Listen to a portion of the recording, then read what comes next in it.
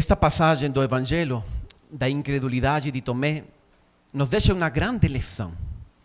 Eu acredito que o ceticismo de Tomé tem sido mais útil para nós que a fé de todos os outros discípulos juntos, porque obrigou a Jesus a dar uma prova mais da sua ressurreição.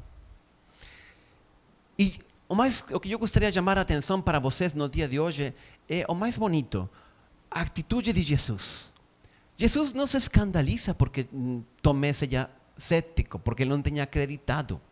Antes, ao contrário, Tomé coloca um desafio e Jesus responde. Está aí 8 dias depois e manda Tomé colocar a mão os dedos nas suas mãos, a mão ao seu lado, etc. Realmente nós precisamos também ter essa mesma atitude de Jesus. Poder dar testemunho de nossa fé também diante das pessoas que não acreditam e não têm fé. E eu acho mais hoje ainda neste mundo pós-cristão que estamos vivendo. Quantas pessoas nós conhecemos que não vêm à missa, que não acreditam, que não praticam a fé. E nós cristãos temos, mais ainda neste período pascual, como testemunhas da ressurreição de Cristo, temos a obrigação de dar testemunho, de ir e saber dialogar com elas. Mas isso não é fácil. Jesus hoje nos dá um grande exemplo de como ele não se escandaliza, mas ele sabe colocar-se diante de Tomé e abrir o coração dele a este grande dom da fé. Por isso eu gostaria de falar com vocês hoje, ou refletir um pouquinho hoje, sobre as condições para um bom diálogo com aquelas pessoas que não têm fé. Eu estou seguro que vocês conhecem muitas pessoas desse jeito. Como nós falamos com eles? Eu acho que tem 2 partes, não? Por um lado, o que nós temos que fazer e por outro lado, condições mínimas para poder ter esse diálogo com aqueles que não acreditam. O que nós temos que fazer? Primeiro, ser muito humildes. Igual que Jesus. Jesus é muito humilde, ele se aproxima, ele mostra suas mãos, seu lado. Nós também, quando falamos com quem não acredita, não temos que nos escandalizar, não temos que indicar com o dedo, não temos que rejeitar essas pessoas. Ao contrário, eles estão precisando de um testemunho e talvez de alguém que mostre para eles o caminho, a vida. E aí vem uma segunda realidade muito importante. Junto com ter muita humildade, dar-nos conta de que a fé é um dom, é um privilégio. Imagino que vocês, igual que eu, recebimos este dom da fé quando éramos crianças. Desde que éramos pequenos, recebimos este dom na nossa família e aprendimos a acreditar em Deus do mesmo jeito que você aprende a respirar, de um jeito muito simples. Mas muitas pessoas não têm fé, não receberam este dom, não cresceram em famílias que transmitiram para eles o dom da fé. Eu conheço algumas pessoas que eles querem acreditar inclusive e não conseguem. Padre, eu gostaria de acreditar, eu acho que isso deve ajudar tanto, mas eu não acredito, eu não consigo. É um privilégio nós ter esse dom da fé. Por isso, com maior razão, temos que aproximar-nos com muita humildade e saber transmitir esse dom. Outro aspecto importante do diálogo com quem não acredita é que esse diálogo nos purifica. Muitas das críticas que a igreja recebe não são críticas realmente contra a fé ou a igreja, mas contra algumas práticas ou algumas coisas que os homens da igreja, ou mesmo, enfim, nós mesmos, às vezes fazemos e que não estão baseados em uma autêntica fé, mas estão baseados em certa superstição. Aí vêm horóscopos, aí vêm, enfim, aí tem tantas coisas, ou inclusive práticas piedosas, mas que às vezes nós achamos que é uma coisa mágica. Não, não é assim. Então, às vezes esse diálogo com quem não acredita é bom, porque purifica a nossa fé. E a igreja precisa tanto se purificar.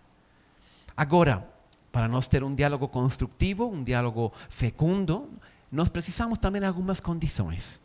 A primeira é esta, da outra pessoa, não? Mas também nós. A primeira é esta. Entender que a fé e a razão não são 2 coisas que estão opostas. Não. A fé não é algo que está por baixo da razão, que seja infrarracional. É algo que está por cima ou além da razão e, portanto, é suprarracional. O que está por baixo da razão? Aquelas coisas que são irracionais. Aí entra astrologia, aí entra horóscopos, aí entra superstições, aí entram todas essas coisas que não têm fundamento racional nenhum. Mas existem coisas que estão além da razão. Não são contrárias à razão, simplesmente estão além da razão. Vou colocar um exemplo para entender melhor isto. Imagina que você quer conhecer o Papa Francisco. Então, você vai no Google e coloca Papa Francisco e lê a Wikipédia, enfim, lê tudo o que consiga encontrar na página do Vaticano sobre o Papa Francisco. Compra seus livros. Você, depois disso, conhece o Papa?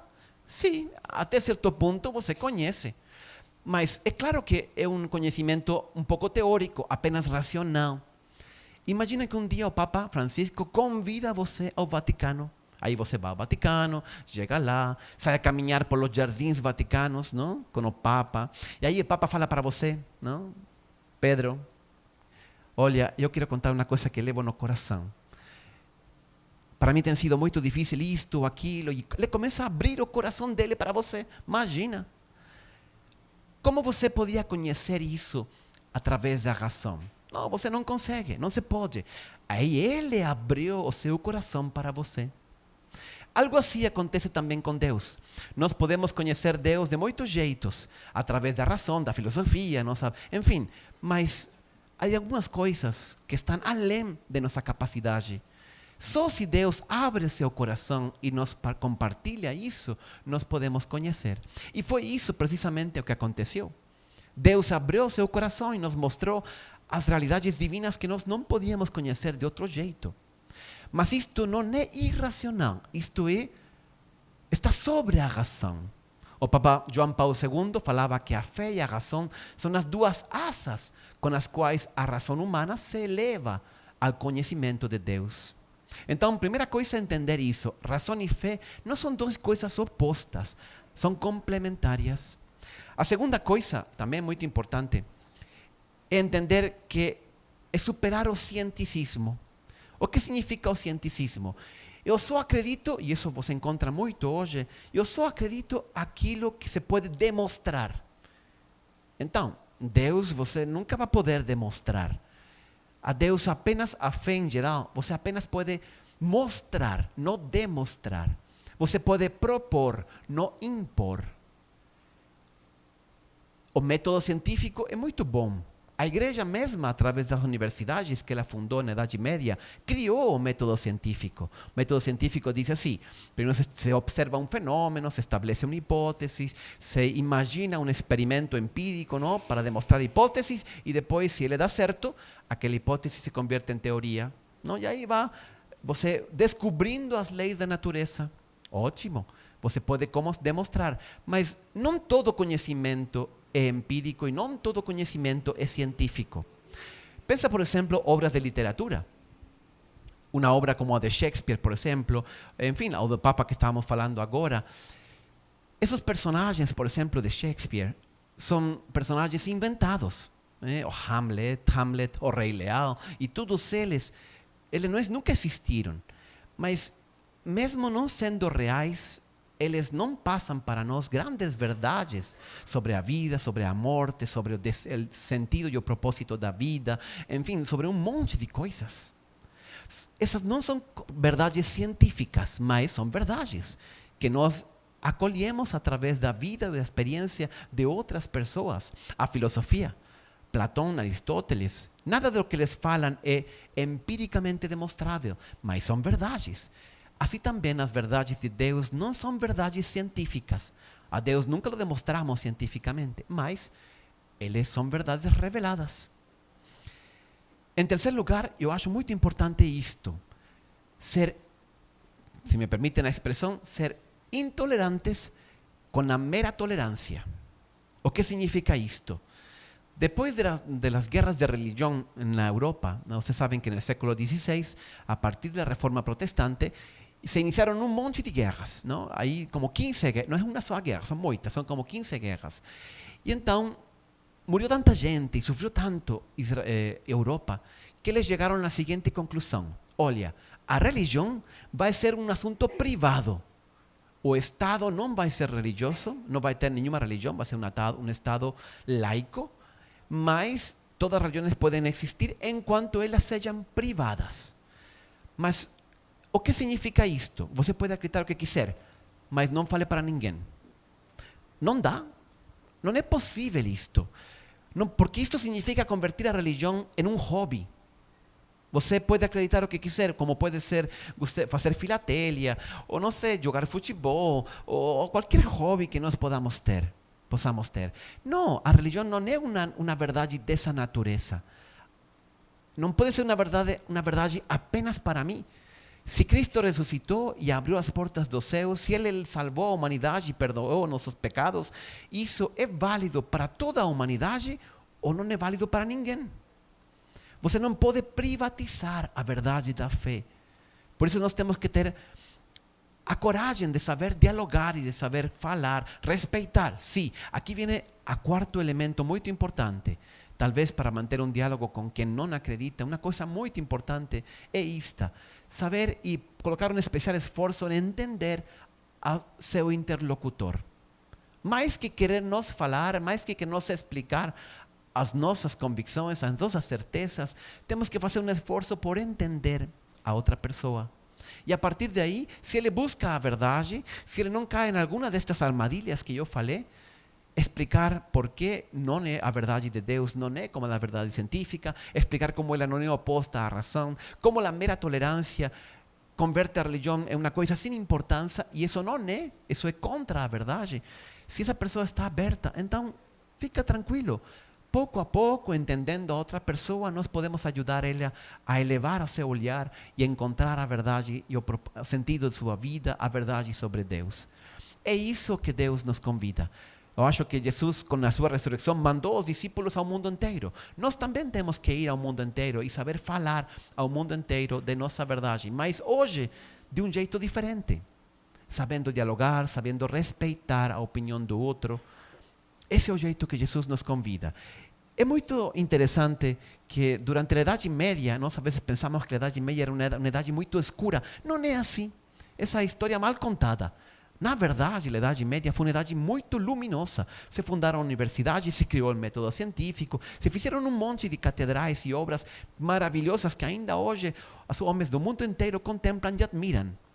Uma das coisas belíssimas da Idade Média foi precisamente o método estudantil nessas universidades. Essas universidades não funcionavam como funcionam hoje, que você vai à aula e o professor dá a sua aula e você escuta, pega notas e acabou. Não, era um outro jeito. Precisamente quem instituiu esta metodologia, que se chama Quaestio Disputata, era um xará de Tomé, não? Santo Tomás de Aquino. E este Tomás de Aquino é extraordinário. Ele se reunia em lugares públicos, assim começaram nas universidades, e planteava uma tese. Por exemplo, Deus existe. A primeira tese de seu livro, A Suma Teológica. Não? Aí ele, depois disso, planteava e deixava que todo mundo colocara objeções. Deus não pode existir porque existe sofrimento no mundo. Se Deus é infinitamente bom e o sofrimento existe, então significa ou que Deus não existe ou que Deus não é bom. Então, e ele ia colocando objeções, não?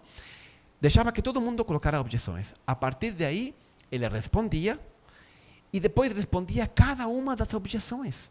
Isto é o que se chamava a quaestio disputata. A quaestio significa um assunto, um tema em discussão. Nada mais oposto a impor uma verdade.